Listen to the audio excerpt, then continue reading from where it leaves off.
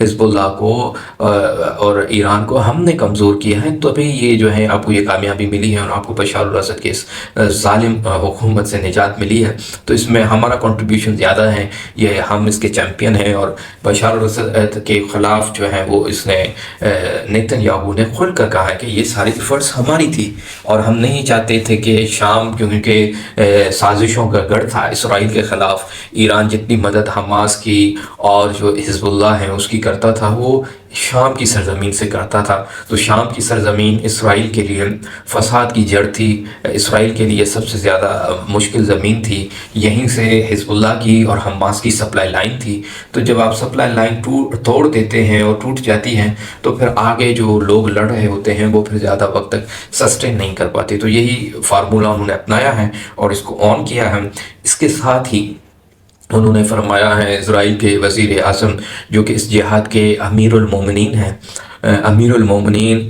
اور خلیفۃ المسلمین کہہ لیں، اس خلافت کے جو شام میں قائم ہوگی، اس شام کے خلافت کے جو خلیفۃ المسلمین ہیں اور امیر المومنین ہیں، جناب نیتن یاہو صاحب نے مزید یہ فرمایا ہے کہ ہم تو نئی حکومت کے ساتھ بھی اچھے تعلقات رکھنا چاہتے ہیں جو کہ شام میں آئے گی، اور ہم آپ کو دعوت دیتے ہیں کہ وہاں کے جتنے شام میں رہنے والے عیسائی ہیں، یہودی ہیں یا مسلمان بھی ہیں جو ہمیں قبول کرتے ہیں، ہم ان کے ساتھ اچھے تعلقات رکھیں گے اور ہم اپنی سرحدوں کو محفوظ بنائیں گے۔ لیکن اسی کے ساتھ انہوں نے ایک گریٹر اسرائیل کے ایک نئے منصوبے کا بھی جو ہے وہ آغاز کر دیا ہے، اور ابھی سے آغاز کر دیا ہے۔ جیسے ہی یہ دمسکس فال ہوا ہے،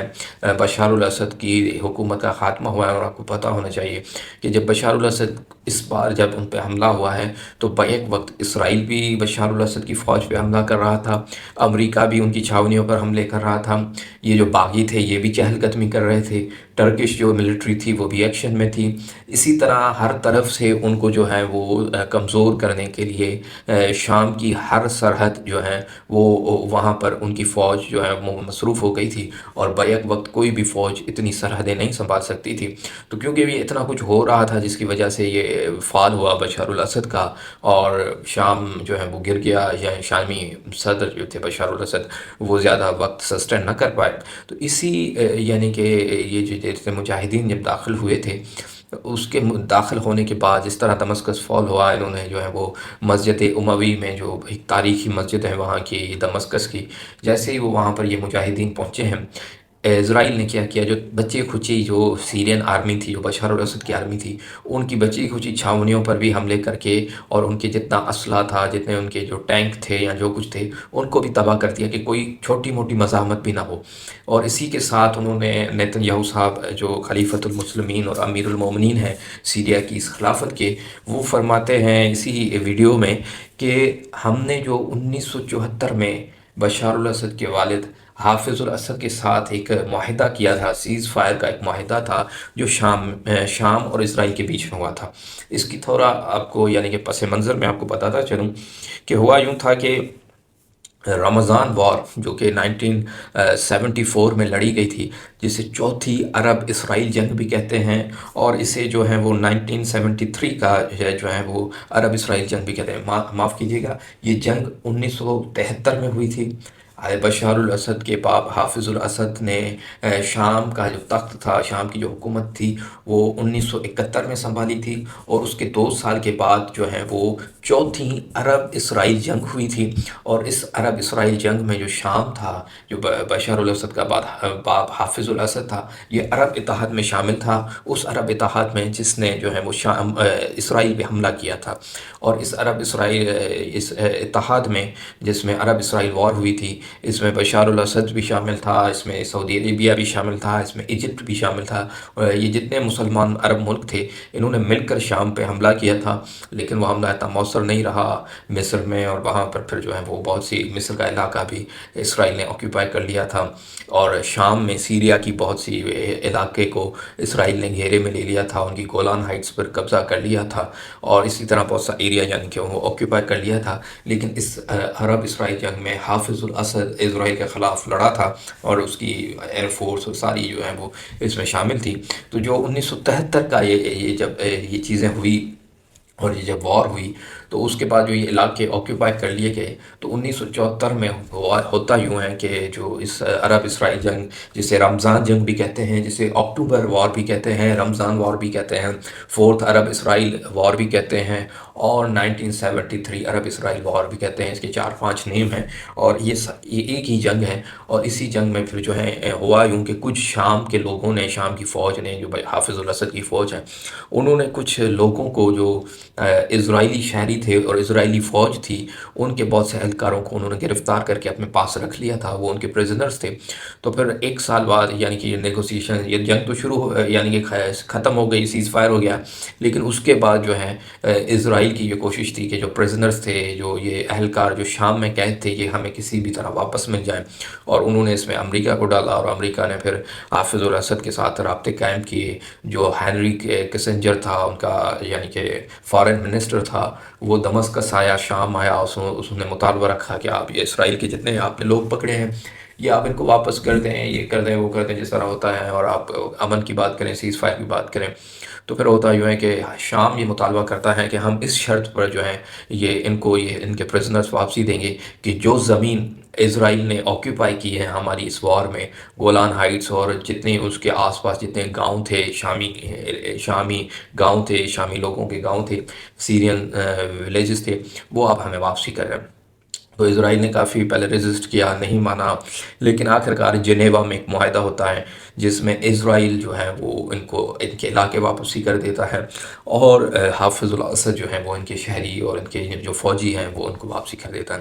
اب نیتن یاہو خلیفۃ المسلمین امیر المومنین فرماتے ہیں کہ جیسے بشار الاسد حافظ الاسد سے معاہدہ ہوا تھا، اور 50 سال اس چیز کو ہو گئے ہیں، اب کیونکہ 50 سال کے بعد حافظ الاسد اور بشار الاسد کا اقتدار ختم ہو چکا ہے، تو اس طرح اب یہ معاہدہ بھی ختم ہو چکا ہے، یعنی کہ اب یہ معاہدہ ختم ہو چکا ہے، تو ہم جو ہے وہ سیز فائر ختم ہو چکا ہے، اور اب شام کی سرحدیں محفوظ نہیں ہیں، اور ہم سرحدوں کے اندر وہ دوبارہ وہ علاقے واپسی لے سکتے ہیں، اور انہوں نے لے بھی لیے ہیں ابھی تک۔ آپ اگر نیوز دیکھیں تو انہوں نے اپنے فوجی گھسا دیے ہیں، اور وہ گولان ہائٹس کے آگے جتنے بھی وہ گاؤں تھے، جتنے علاقے تھے، وہ اسرائیل نے دوبارہ فتح کر دیے ہیں۔ صرف فتح شام اکیلے تو ان مجاہدین نے نہیں کیا ہے، ظاہری بات ہے، جو خلیفۃ المسلمین ہیں، امیر المومنین ہیں، نیتن یاہو صاحب، انہوں نے بھی یہ علاقے فتح کر لیے ہیں، اور انہوں نے کافی علاقوں پر اپنی فوج ڈپلوائے کر دی ہے۔ انہوں نے کہا ہے کہ یہاں پر جو شام کی فوج ہے وہ پسپا ہو چکی ہے، تو اب ان جگہوں پر ہم آگے آئیں گے، اور آگے ہیں، ہم نے اپنی فوج کو حکم دیا ہے، اور ہم نے یہ علاقے فتح کر لیے۔ تو یہ ہے ابھی تک کی صورتحال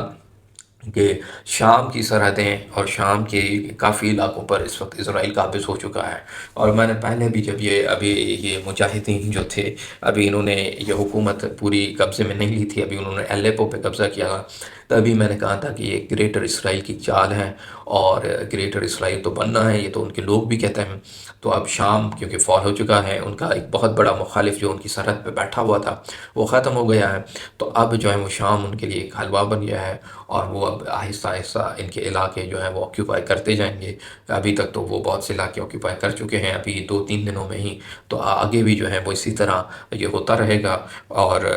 اسی طرح اسرائیل خوشیاں مناتا رہے گا، پورا جہاں خوشیاں مناتا رہے گا، اور ابلیس جو ہے وہ سوائے ابلیس کے باقی تو سارے جو ہے تکلیف میں ہوں گے۔ تو یہ حال ہے ابھی تک کا۔ ابھی جو نئے سو کولڈ امیر المومنین جو پپٹ ہیں، اصل امیر المومنین کے جو نیتن یاہو ہے، اب ان کے جو نئے خلیفۃ المسلمین بننے کی کوشش کر رہے ہیں، جولانی صاحب، یہ جولانی صاحب داعش میں پہلے شامل تھے، القاعدہ میں شامل تھے جب یہ 20 سال کے تھے، 21 سال کے تھے، ابھی تو ان کی 40 سال عمر ہو چکی ہے، لیکن آج سے 20 سال پہلے یہ القاعدہ میں تھے، یہ نوجوان تھے، 20-21 سال کے۔ یہ بیسیکلی تو یہ سیریا کے ہی شہری ہیں، سیریا کے ہی بندے ہیں، شام کے بندے ہیں، اور یہ شام کی وہ جو جولان کی پہاڑیاں ہیں، جسے گولان ہائٹس کہہ رہے ہیں، جو میں نے آپ کو بتایا کہ اسرائیل کے قبضے میں ہے، اور یہاں سے ہی ان کی فیملی کو نکالا گیا تھا جب گولان ہائٹس پہ اسرائیل نے قبضہ کیا تھا، تو یہ پھر ان کی فیملی سعودی عربیہ آ گئی، پھر یہ سعودی عربیہ میں پیدا ہوئے، پھر جب یہ جو ہیں وہ پھر چلے گئے شام، پھر شام سے عراق آئے، انہوں نے عراق میں القاعدہ میں شمولیت اختیار کر کے جو ہیں وہ بم دھماکے کیے، معصوم لوگوں کو مارا،